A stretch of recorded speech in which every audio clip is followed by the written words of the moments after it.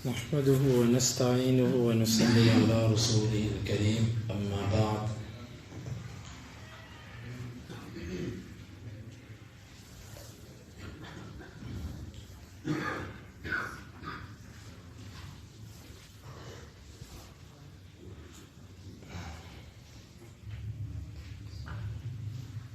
رسول اللہ صلی اللہ علیہ وسلم کی سنت،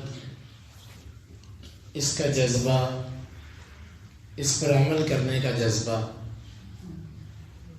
اگر کسی دل کے اندر نہیں ہے تو وہ بندہ بہت بڑی خیر سے خالی ہے۔ دیکھیں، کسی بھی عبادت کرنے والے کو ہم یہ نہیں کہہ سکتے کہ تیری عبادت قبول نہیں ہے، یا کسی بھی عبادت کرنے والے کو ہم یہ نہیں کہہ سکتے کہ تیری عبادت اللہ کے 100% قبول ہے۔ لیکن اتنا ضرور ہے کہ جس دل کے اندر اللہ کے نبی صلی اللہ علیہ وسلم کی سنتوں کا اہتمام نہیں ہے، اس بندے کے دل میں اللہ کے نبی کی محبت بھی نہیں ہے۔ محبت زبان کے دعوے کا نام نہیں ہے۔ یوں دعویٰ تو منافقین بھی کرتے تھے کہ ہمیں اللہ کے نبی سے محبت ہے۔ محبت کا آپ نے جو معیار بتلایا کہ من احب سنتی فقد احبنی، جس نے میری سنت سے محبت کی اس نے میری سے محبت کی، اور جس نے میرے سے محبت کی وہ جنت میں میرے ساتھ ہوگا۔ اللہ کے نبی صلی اللہ علیہ وسلم کی سنت سے محبت کیا ہے؟ ان سنتوں پر عمل کرنا، اور اگر وہ سنتیں کہیں مٹ رہی ہوں، ختم ہو رہی ہوں، تو اس کے لیے انسان تکلیف محسوس کرے، انسان بے چینی محسوس کرے اپنے دل کے اندر کہ اللہ کے نبی صلی اللہ علیہ وسلم کی سنتیں یہاں سے کیوں اٹھ رہی ہیں، اور ان کے احیاء کی، ان کو باقی رکھنے کی، ان کو زندہ کرنے کی کوشش کرے پوری کی پوری۔ یہ سنت سے محبت کی ایک علامت ہے۔ خود عمل کرے، عمل نہ ہوتا ہو تو اس کے لیے پریشان ہو اور ان پر عمل کروانے کی کوشش کرے۔ یہ سنتیں کسی ایک مسئلے کے ساتھ تعلق نہیں رکھتے، ان سنتوں کا تعلق عقائد سے بھی ہے کہ اللہ کے نبی صلی اللہ علیہ وسلم کس عقیدے پر تھے، اس عقیدے کو اختیار کرنا اور اس کے لیے فکر کرنا۔ اللہ کے نبی صلی اللہ علیہ وسلم نماز کس طرح پڑھتے تھے، عمل میں آپ کی سنتیں کیا تھیں،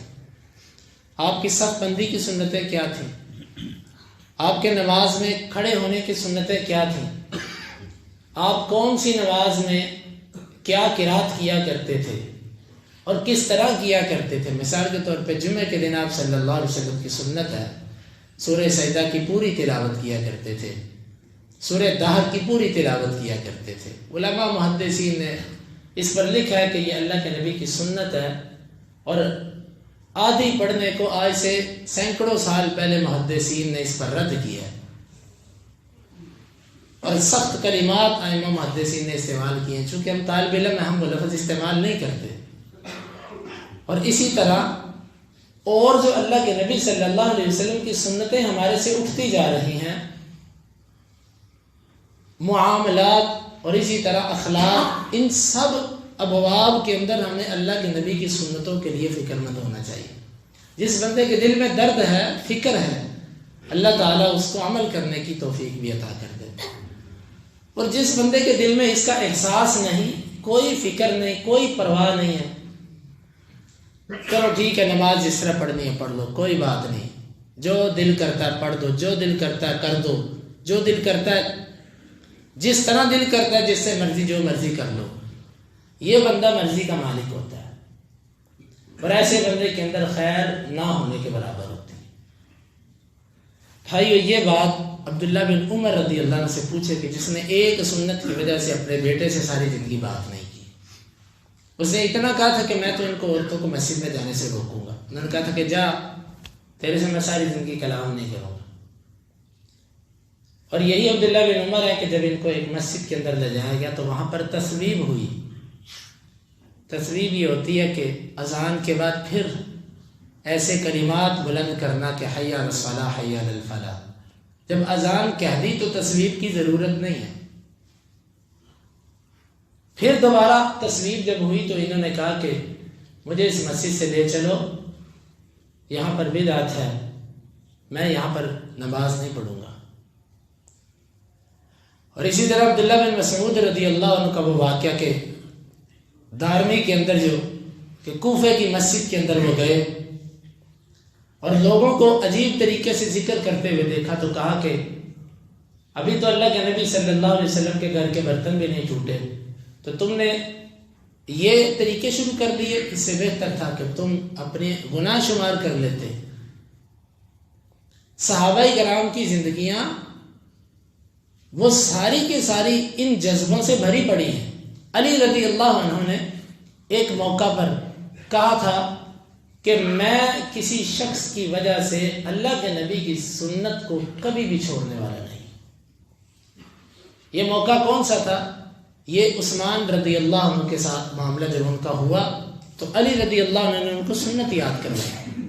کہ اس مسئلے میں آپ سے سنت چھوٹ رہی ہے۔ تو عثمان رضی اللہ عنہ نے اس مسئلے میں اپنے فہم کے مطابق اجتہاد تھا ان کا، تو علی رضی اللہ عنہ نے جب دیکھا تو انہوں نے کہہ دیا کہ بھئی ٹھیک ہے تم جو کرتے ہو کرو، لیکن میں تمہاری وجہ سے اللہ کے نبی کی سنت کو کبھی بھی نہیں چھوڑوں گا۔